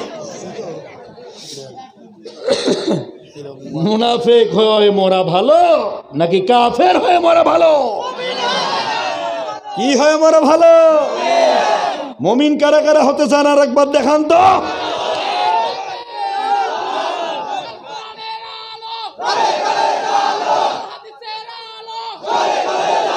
আওয়াজ কই বাঘের মতো আওয়াজ দিতে হবে। নারায়ে তাকবীর। আল কোরআনের আলো বহির্বিশ্বে জালো, নেতাদের মাথায় জালো। নারায়ে তাকবীর। তাকবীরের আগে মশান থাকতে হবে তো। নারা এ কি তাকবীর? হ্যাঁ, মশান থাকা লাগবে না? মশান থাকতে হবে, কারণ আমি আল্লাহর তাকবীর দিচ্ছি, সেখানে মুমিনের মতো মর্দে মুজাহিদের মতো আওয়াজ দিতে হবে, কথা বলেন ঠিক কিনা? যে আওয়াজ শোনার পরে, ওমরের তাকবীরের ধ্বনি শোনার পরে কাফের মুশরিকরা জুতা খুঁজে হাতে নেওয়ার টাইম পায় নাই, তার আগে ফলাইছে।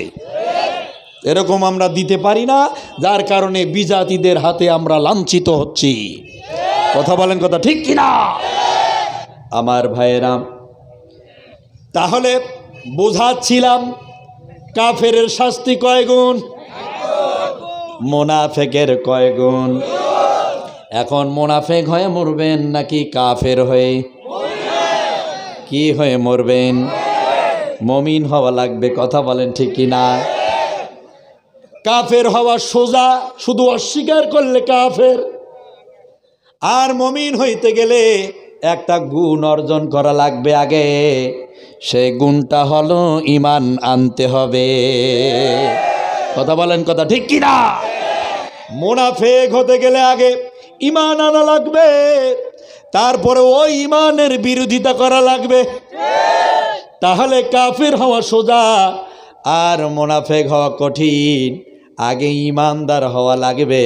ঠিক এই লোকটা আগে ইমানদার ছিল, যার কারণে পরে নবীজির বিরোধিতা করার কারণে নবীজি তাকে অজন্মা জারজ হিসাবে ঘোষণা করেছে। যেমন আজ বিশ্বব্যাপী যারা মুসলমান হওয়ার পরেও মুসলমানের ক্ষতি করে তারাও হাইব্রিড হবে তেমন।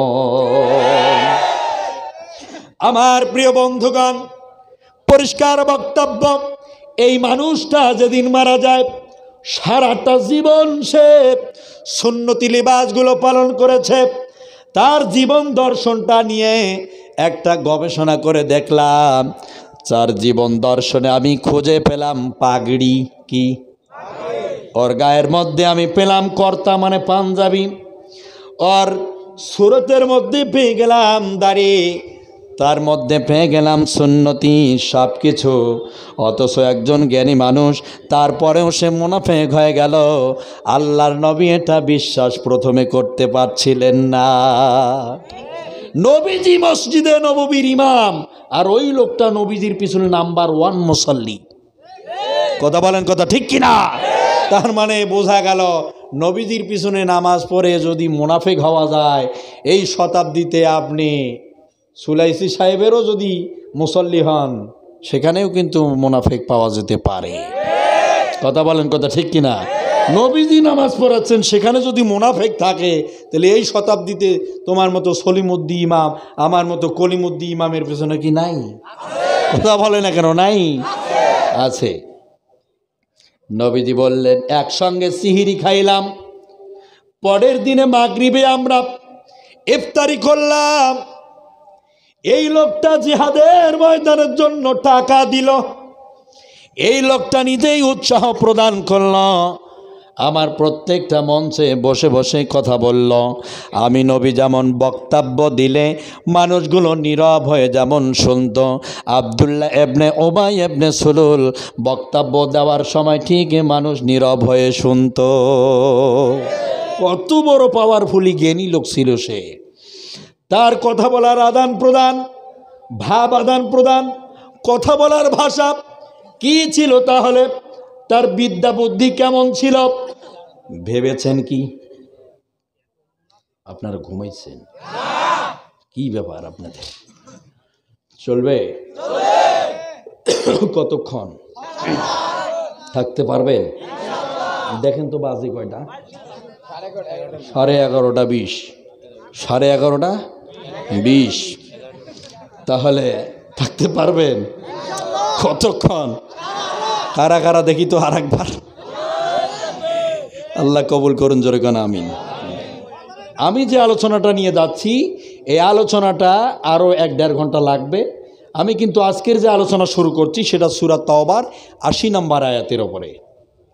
এ কোনো গল্প কাহিনী কিচ্ছা নয়, ট্যাবলেট বেচার জন্য এখানে আসি নাই। কথা বলেন, কথা ঠিক কি না? নিউ জিনিস দেওয়ার জন্য আসছি। আমাদের সমাজে যে সমস্যা, সেটার সমাধানের কিছু ওষুধ দেওয়ার জন্য আসছি। এই ওষুধ যদি কেউ সেবন করে তাহলে সে ভালো হয়ে যেতে পারে। কথা বলেন, কথা ঠিক কি না? আর যদি সেবন না করে, শুনে এদিক দিয়ে ঢুকে এদিকে বের করে দেয়, ও কোনো কাম নাই। ঠিক কি না? ওতে বক্তারও কোনো লাভ নাই, শ্রোতারও কোনো উপকার আছে নাই। লোকটা এতই ভালো মানুষ ছিল, সেই লোকটা মরার সময় আল্লাহর নবীর সাহাবীদের কাছে একটি খবর আসবে। লোকটা মরে যাওয়ার আগে তার নিজের বেটা আব্দুল্লাহকে ডাক দিয়ে বলতেছে, বেটা, আমি যদি মারা যাই, আমার নবীর কাছে তুমি গিয়ে সালাম দিয়ে বলবে, আমার বাপ মরার আগে 2টা ওসিয়ত করে মারা গেছে। মুনাফেক কয়টা ওসিয়ত করেছিল? নাম্বার 1 হলো, মরে যাওয়ার আগে তার ছেলেকে বলতেছে, বেটা, আমি মরে যাওয়ার পরে গিয়ে বলবি হুজুরের গায়ের পাঞ্জাবিটা যেন আমার কাফনের জন্য কাপড় হিসাবে দিয়ে দেয়। 2 নাম্বার হলো, বিশ্বনবী নিজেই যেন আমার জানাজা নামাজের ইমাম হয়ে দাঁড়ায়। কত বড় স্বাদ তার, চিন্তা করছেন? সারাটা জীবন ইসলামের ক্ষতি করলো, বিরোধিতা করলো, মরার সময় ওসিয়ত করছে, আমার জন্য যেন বিশ্বনবীর গায়ের পাঞ্জাবিটা কাপনের কাপড় হিসেবে দেয়, আর আল্লাহর নবী নিজেই যেন আমার জানাজা নামাজের ইমাম হয়ে দাঁড়ায়। সুবহানাল্লাহ কইবেন না নাউজুবিল্লাহ কইবেন? কি কবেন? আল্লাহর নবীর পাঞ্জাবি যদি এখন মুনাফেককে দেওয়া হয়, সেখানে সুবহানাল্লাহ হইবে নাকি নাউজুবিল্লাহ? আরে মিয়া, আল্লাহর নবী দিয়েছে পাঞ্জাবি, আপনি নাউজুবিল্লাহ কোন মানে? মুনাফিক না? জোরে কোন আল্লাহু আকবার। আপনার মানুষ তো দেখি ইসলামের নাট বল্টুও বোঝে, বা ইসলামের আগা পাছা বোঝে, দেখি অনেক কিছু জানে। নবীজির কাছে খবর চলে গেল, ইয়া রাসূলুল্লাহ, আপনার একজন সাথী আজ মারা গেছে। নবীজি বললেন, কি সাথী? বন্ধুরা সাহাবীরা বললেন, ইয়া রাসূলুল্লাহ, আব্দুল্লাহ ইবনে উবাই ইবনে সুলুল আজ মারা গেছে। কিছুক্ষণের মধ্যে দেখা গেল উবাই ইবনে সুলুলের বেটা মসজিদে নববীর গেটের সামনে মাথাটা ঢুকিয়ে দিয়ে বলতেছে, আসসালামু আলাইকুম ইয়া রাসূলুল্লাহ, আমার বাপ উবাই একটু আগে মারা গেছে, 2টা ওসিয়ত করেছে। বিশ্বনবীর সামনে গিয়া বললেন, ইয়া রাসূলুল্লাহ, আমার বাপের জন্য আপনি আপনার গায়ের পাঞ্জাবিটা দিয়ে দিবেন কাপনের কাপড় হিসাবে। আর আমার বাপের ইচ্ছা ছিল আমার বাবা আপনার ইমামতিতে তার জানাজার লাশটা থাকবে, আমরা জানাজা করব, আপনি ইমাম হবেন। বিশ্বনবী সঙ্গে সঙ্গে বললেন, ঠিক আছে। সাহাবীদেরকে জানিয়ে দিয়ে বললেন, সাহাবীরা রে, তোমাদের একজন প্রিয় ভাই আজ ইন্তেকাম ফরমাইয়াছেন। বেশক লোকটা ভদ্রলোক ছিল, খুবই ভালো মানুষ, ফেরেশ মানুষ, যথেষ্ট ভালো মানুষ। এখন আল্লাহর নবী বললেন, লোকটা ভালো মানুষ। পাবনাবাসী, আপনারা লোকটারে কি বলবেন? লোকটা ভালো না খারাপ? আরো জোরে, আরো জোর হলো না, একটু জোরছে বলো। আল্লাহর নবী বলতেছে, খারাপ নয়, ভালো। আপনারা তারে কি বলবেন? ভালো কইবেন। নবীজির ওই সময় তো কোরআনের আয়াত নাজিল হয় নাই, যার কারণে বিশ্বনবী তার চরিত্র জানতো না, তার ভিতরেরটা জানতো না। তার ওপরের যে খামটা রয়েছে এইটা দেখে কিন্তু ভিতরের মালের বিচার করা যায় না। কথা বলে না কেন? আরও জোরে বলতে হবে। ওপরের যদি আপনি বডি দেখেন সুন্দর, ভিতরে যদি আপনার পচা মাল থাকে নিবেন? কারা কারা নিবেন? হাত তোলেন। নিবেন? ওপরের থাম্বেল দিয়ে কোনো কাম আছে? ওপরের বডিটা একবারে চকচকা ধকধকা, ভিতরটা পুরা পচা, চলবে? কেন বলি না একটু আগে, পুঁটি মাছ ওপরে চকচক করতেছে, ভিতরে পচা পানি বেরিয়ে আসতেছে। পচা নাড়ার আগে কিন্তু গেলগালা। কথা ঠিক কিনা? নিয়ে যাবেন? যদিও নিয়ে যান, বউ কিন্তু রান্নাঘরের ওপর দিয়া পাকিস্তানে পাঠাবে। এটা যেমন পানির মতো, বুঝলেন? বিশ্বনবী বললেন, লোকটা ভীষণ ভালো মানুষ, জিহাদের জন্য টাকা দিয়েছি, পয়সা দিয়েছি, সময় দিয়েছে। আমি নবীজি ইমাম, আমার পিছনে লোকটা ছিল মুসল্লি। বেশক লোকটা ভালো মানুষ, আজ মারা গেছে, তোমাদের একজন ভাইকে হারাই ফেললে। ঠিক ওই সময় কোরআনের আয়াত নাজিল হয় নাই, তাকে কেন্দ্র করে কথা বলে না কেন? কথা বলছেন না কেন? আল্লাহর নবী যখন ভালো বলেছে, ওই জায়গায় কিন্তু 13 জন সাহাবী বসা ছিল। 13 জন সাহাবীর মধ্যে কোন সাহাবী কোনো কথা বলছে না। ডানের দিকে একজন সাহাবী পেছনে বসা আছে। আল্লাহর নবী মুহাম্মদুর রাসূলুল্লাহ কথাগুলো বলতে বলতে তার শরীর থেকে কর্তাটা অর্থাৎ পাঞ্জাবি খোলা শুরু করলেন। বিশ্বনবী পাঞ্জাবি খুলতে যাচ্ছেন, পিছনের এক সাহাবী পাঞ্জাবিটা টেনে ধরে বলছেন, হুজুর পাঞ্জাবি দেয়া যাবে না। ও নবী গো, আপনি কার জন্য পাঞ্জাবি দেন? এই লোকটারে আপনি জানেন কিনা জানি না, যেই দিন উহুদের ময়দানে আপনি গেলেন, আজ ইসলামের পক্ষে এবং ইসলামের বিপক্ষে যুদ্ধ হবে উহুদের ময়দানে। সেখানে একদিকে মুসলমান আর একদিকে কাফের মুশরিক। কথা বলছে না কেন? একদিকে মুসলমান আর একদিকে কাফের মুশরিকরা উহুদের ময়দানে চলে গেছে। নবীজি বলেছেন আজকে আছো, হয় ইসলাম থাকবে না হলে কাফেরের রাজত্ব পৃথিবীব্যাপী কায়েম হয়ে যাবে। এই খবর চতুর্দিকে ছড়িয়ে ছিটিয়ে গেল। হানজালা তোমাদের মতো যুবক, ও আমার সমবয়সী পাবনার যুবকেরা শোনো, তোমাদের মতো যুবক, ভরা যুবক কেবল বিবাহ করেছেন, বাসার মধ্যে স্ত্রীকে নিয়ে যাচ্ছেন, পথের মধ্যে আওয়াজ শুনতে পেলেন, বিশ্বনবী ডাকলেন, ইসলামের জন্য আহ্বান করলেন। স্ত্রীকে বাসায় রেখে বলতেছেন, আমার প্রাণের স্ত্রী, চলে গেলাম বিশ্বনবীর ডাকে সাড়া দিতে, আর বাসায় ফিরতে পারবো কি পারবো না কোনো গ্যারান্টি নাই। আল্লাহর রাস্তে যদি আসতে না পারি তুমি আমারে ক্ষমা করে দিও। স্ত্রীর সঙ্গে তার মিলন হয়েছিল। সেখান থেকে ময়দানে চলে গেলেন, অনেক কাফেরকে জাহান্নামে পাঠিয়ে দিয়ে নিজেও শহীদ হয়ে আল্লাহর জান্নাতি হয়ে গেলেন। বিশ্বনবী বললেন, উহুদের ময়দানে চতুর্দিকে খুঁচিয়ে দেখো কতগুলো মুসলমানেরা শহীদ হয়ে গেছি। তোমাদের সাথী বন্ধুরা, প্রিয়রা মাটির নিচে কারা ঘুমিয়ে আছে খুঁজে দেখো। সবাইকে খুঁজে পাওয়া গেল, হানজালাকে খুঁজে পাওয়া গেল না। আল্লাহর হাবিব পেরেশানি বোধ করলেন। নবীজি ঘামতেছেন, টেনশন করছেন। হঠাৎ করে হানজালার স্ত্রী এসে বললেন, ইয়া রাসূলুল্লাহ, আমার স্ত্রী, আমার স্বামী এই ময়দানে এসেছিল বাসায় রেখে। ইয়া রাসূলুল্লাহ, আমার স্বামীর কি কোনো খবর পেলেন না? বিশ্বনবী পেরেশান হয়ে যাচ্ছেন। মহান রব্বুল আলামিন জিবরাইল আমিনকে পাঠায় দিয়ে বললেন, যাও তাড়াতাড়ি জানিয়ে দাও আমার হাবিব পেরেশান হয়ে যাচ্ছে। আল্লাহু আকবার। এসে বললেন, ইয়া রাসূলুল্লাহ, আপনার সাহাবী, আপনার হানজালার এতই বেশি আমার আল্লাহ ভালোবেসেছেন, এতই বেশি আল্লাহ তার ভালোবেসেছেন, দুনিয়ার কোনো পানি নয়, দুনিয়ার কোনো মানুষ দিয়ে নয়, হাউজে কাউসারের পানি দিয়ে তার গোসল করিয়ে দেওয়া হয়েছে। আর নূরের তৈরি করা রহমতের ফেরেশতা দিয়ে তার জানাজা হয়েছে।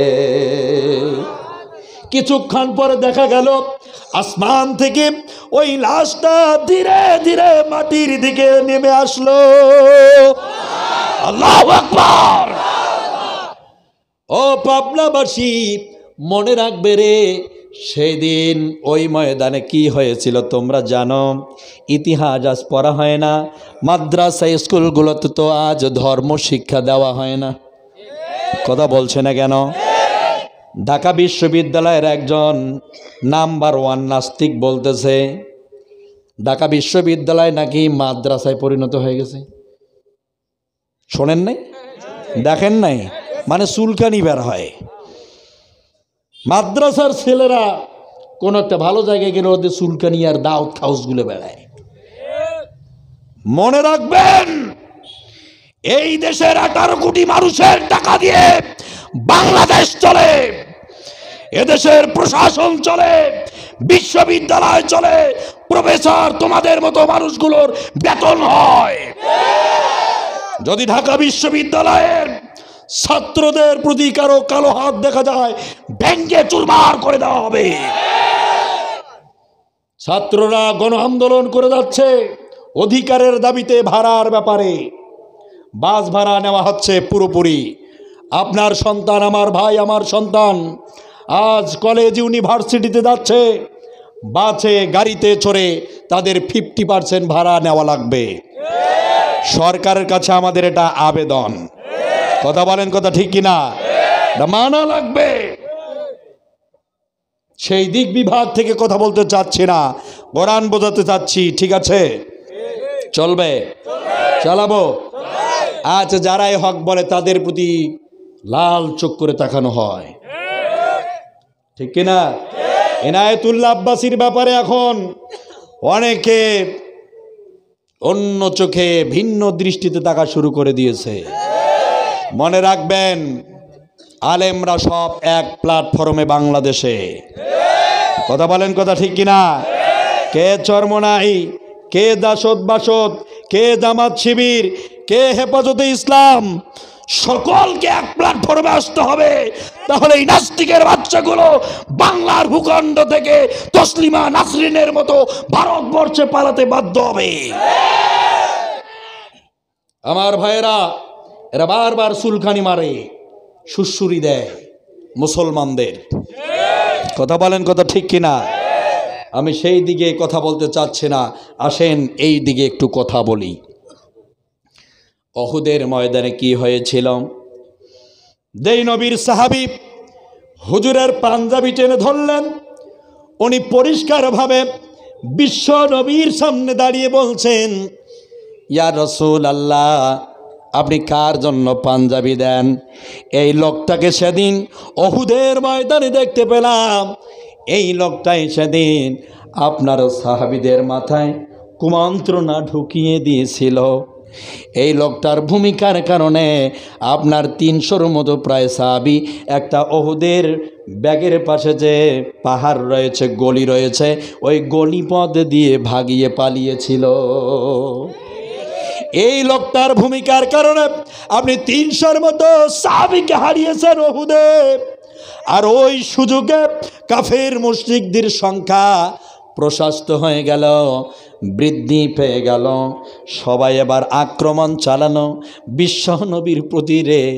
উহুদের ময়দানে আমার নবীর ওপরে তারা বল্লম নিক্ষেপ করেছিল, তীর মেরেছিল। একজন সাহাবী হুজুরের সামনে দাঁড়িয়েছে, এই তীরগুলোর থেকে বিশ্বনবীকে হেফাজত করার জন্য বুকটা এগিয়ে দিয়েছিল। একজন সাহাবীর বুকের মধ্যে, পিঠের মধ্যে 70টা 75টার মতো করে তীর ঢুকে গিয়েছিল সেদিন। ও নবী, আপনি কার জন্য পাঞ্জাবি দেন? যেই লোকটার ভূমিকার কারণে আপনার এই উহুদের ময়দানে আপনার মাথার মধ্যে বাড়ি দিল এক কাফিরের বাচ্চা, দূর থেকে পাথর নিক্ষেপ করেছে, সেই পাথরটা এসে আপনার গালের ওপর পড়ে গেছি। পাথরের আঘাতে আপনার গালটার রক্ত জমাট ফুলে উঠল। ওই চোটেই আপনার ভিতরের জীবিত জানদার মোবারক ভেঙে উহুদের ময়দানে পড়ে গেছি। ও নবী, আপনার সাহাবীরা এই উহুদের ময়দানে শহীদ হয়ে জমিনের উপরে পড়ে গেছে।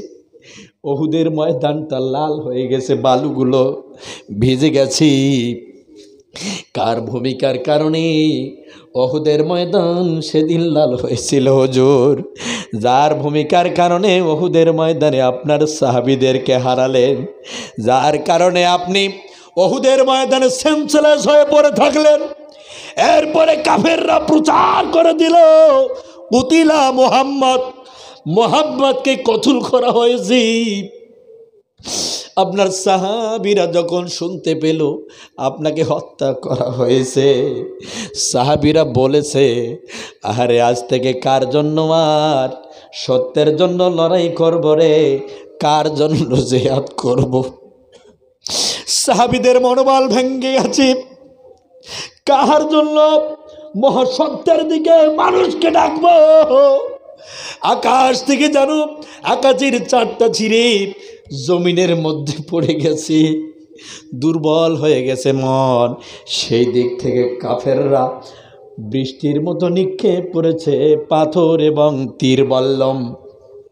ও নবী, যেই লোকটার জন্য এত বড় সর্বনাশ আপনার হয়েছে, এই লোকটা আজ মরে গেছে, ওসিয়ত করেছে আপনি আজ তার জন্য পাঞ্জাবি দেবেন।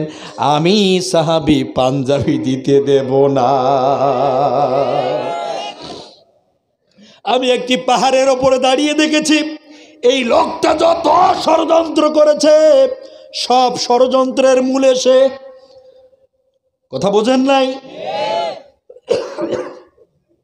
আজ আমাদের সমাজে টুপি পাঞ্জাবিওয়ালা, কত দাড়িওয়ালা, কত মুরব্বিয়ানে কেরাম কত সুন্দরভাবে বলে, বাবা যাও দাওয়াত দাও, ইসলামের কাজ করো, টাকাও দেয়, আবার পিছনে পিছনে মোটা বাসও ঢুকায়। আমার ভাইয়েরা, এরাই হচ্ছে টাটকা মুনাফিক, এরা বাসিয়া নয়, টাটকা। কথা বলেন, কথা ঠিক কিনা? এরা সামনের দিকে টেনে দিয়ে পিছনের দিক থেকে ক্ষতি করে, এরাই হচ্ছে মুনাফিক। বুঝেছেন? নবীজি তখন পাঞ্জাবিটা দিয়েই দিলেন। পাঞ্জাবিটা দেওয়ার পরে সাহাবিটা মন খারাপ করলেন। ওবার ছেলে পাঞ্জাবি নিয়েই বাসার মধ্যে চলে গেল। মুনাফিক নেতার গোসল দেওয়া হলো। গোসল দেওয়ার পরে বিশ্ব নবীর পাঞ্জাবি মুনাফিকের গায়ে পরিয়ে দেওয়া হলো। লাশটা নিয়ে আসা হলো মসজিদে নববীর বারান্দায়।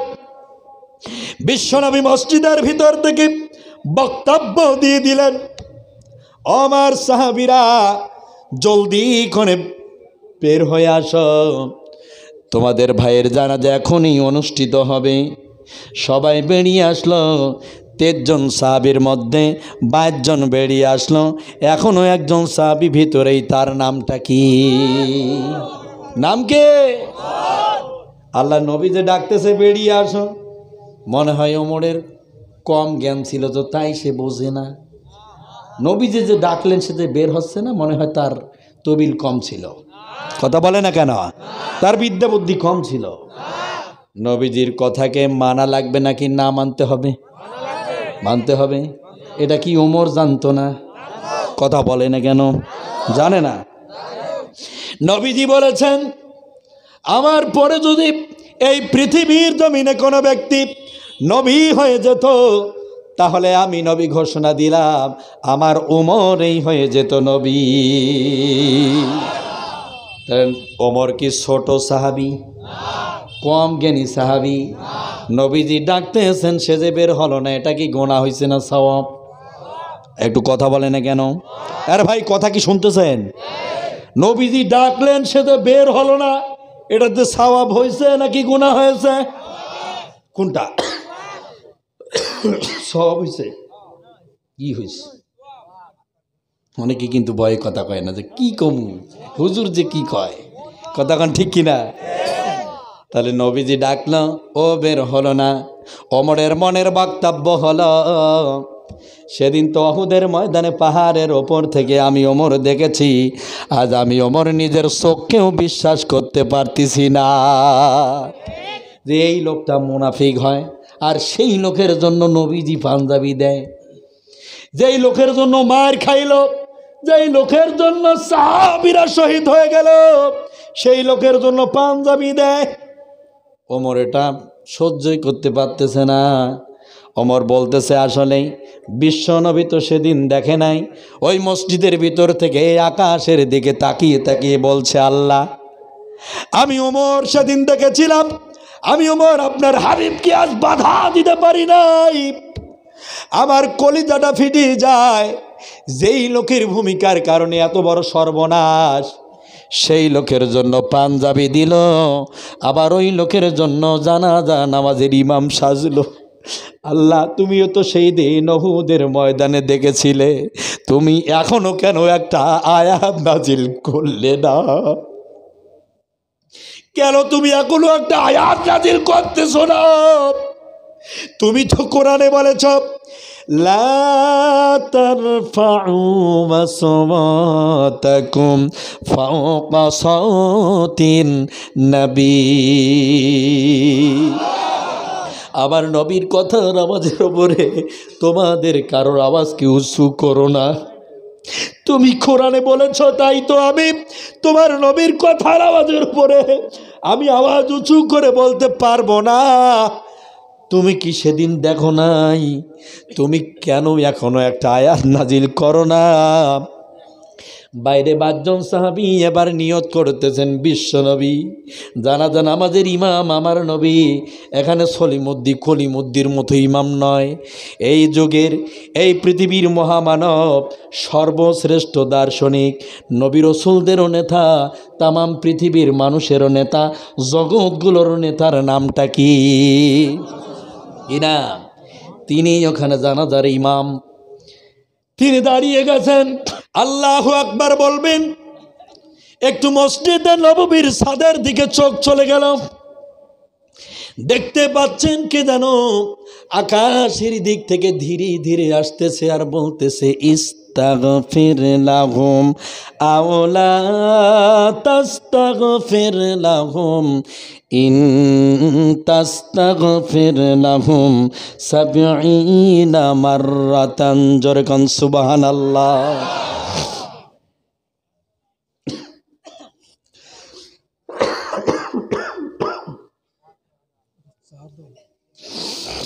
আয়াত নাজিল হয়ে গেল। বিশ্ব নবীর কাছে জিবরাইল আমিন ধীরে ধীরে আসলেন, এসে বললেন, ইয়া রাসূলুল্লাহ, ইস্তাগফির লাহুম আও লা তাস্তাগফির লাহুম ইন তাস্তাগফির লাহুম ৭০ মাররাতান। একবার দুইবার না, মাররাতান ৭০ বার যদি এই মুনাফিকের জন্য আপনি নিজেই নবী হয়ে আজ দোয়া করেন, তারপরেও আপনার মতো নবীর দোয়া আল্লাহর কাছে কবুল হবে না। শুধু এখানে যে শেষ তা কিন্তু না, ফালাই ইয়াগফিরুল্লাহু লাহুম, এই দুনিয়া যতদিন থাকবে এই আব্দুল্লাহ ইবনে উবাই ইবনে সুলুলের মতো মানুষ যারা এই পৃথিবীতে আসবে, আজকে এই আইনটা তৈরি করা হলো শুধু মক্কার জন্য না, মদিনার জন্য না, তামাম বহির্বিশ্বের মুসলমানদের জন্য আইনটা তৈরি করা হলো। যারা এই আব্দুল্লাহ ইবনে উবাই ইবনে সুলুলের মতো চরিত্র গঠন করবে, যারাই ওর মতো চলাফেরা করবে, যারাই ওর মতো কথাবার্তা বলবে, যারাই ওর মতো কথাবার্তার ভাব আদান প্রদান করবে, আজকে শুধু আব্দুল্লাহ ইবনে উবাই ইবনে সুলুলকেই যে ক্ষমা করা হবে না এখানে শেষ তা না, ওর গোষ্ঠী, ওর সেলা চামুন্ডা, ওর নেতা নেত্রী, ওর নাতিপুতি যাহা আসবে, ওর গোষ্ঠী শুদ্ধা কেউ আল্লাহ মাফ করবে না। দুনিয়া যতদিন থাকবে এই আইনটা বহাল থাকবে রে। এই পাবনার যুবকেরা ভালো করে মাথায় রাখার চেষ্টা করো, মুনাফিকের জানাজা আমার নবী করেননি, মুনাফিকের জানাজা করা মুমিনদের জন্য হারাম। কথা বলেন, কথা ঠিক কিনা? যারেই তারে আপনি মুনাফিকদের জানাজায় যাবেন। আমাদের দেশে তো ডিজিটাল মুনাফিক আছে, মরার আগে আগে কয় ভাই জানাজা শুরু হবে, লোকটা ভালো আছিল, আপনারা কি কন? সবাইকে হ্যাঁ ভালো আছিল, আল্লাহ মাফ করে দিলে নাকি? আল্লাহ ক্ষমা করে দিল? সারা জীবন ক্ষতি করলো, আর ইমাম সাহেব সামনে গিয়ে বলতেছে লোকটা ভালো ছিল, সবাই কন আলহামদুলিল্লাহ, সবাই করতেছে আলহামদুলিল্লাহ, আল্লাহ মনে হয় ক্ষমা করে দিল। তাহলে হাকুল্লাহ এবং হাকুল ইবাদি কেন বললো আল্লাহ? একটা বান্দার হক, একটা আল্লাহর হক। কথা বলেন ঠিক কিনা? আর মানুষের হক যারা বিনষ্ট করে মরবে, ওই মানুষের কাছ থেকে যতক্ষণ সে ক্ষমা পাবে না ততক্ষণ সে আল্লাহর কাছেও মাপ পাবে না। আমার মাঝে মধ্যে টেনশন হয়, এই যে যারা নেতা হয়, এই যে রোড মারি খাচ্ছে, তারপরে চাল ডাল মারি খাচ্ছে, গম মারি খাচ্ছে, টেরাকে যে খাচ্ছে, কালবাটগুলো খাচ্ছে, কাজ বাজেট হওয়ার আগে নাই 50% টাকা নাই। এক মেডিকেলে একদিন এক অফিসার বলল, হুজুর আজকে আমাদের এখানে কাহিনী হয়েছে,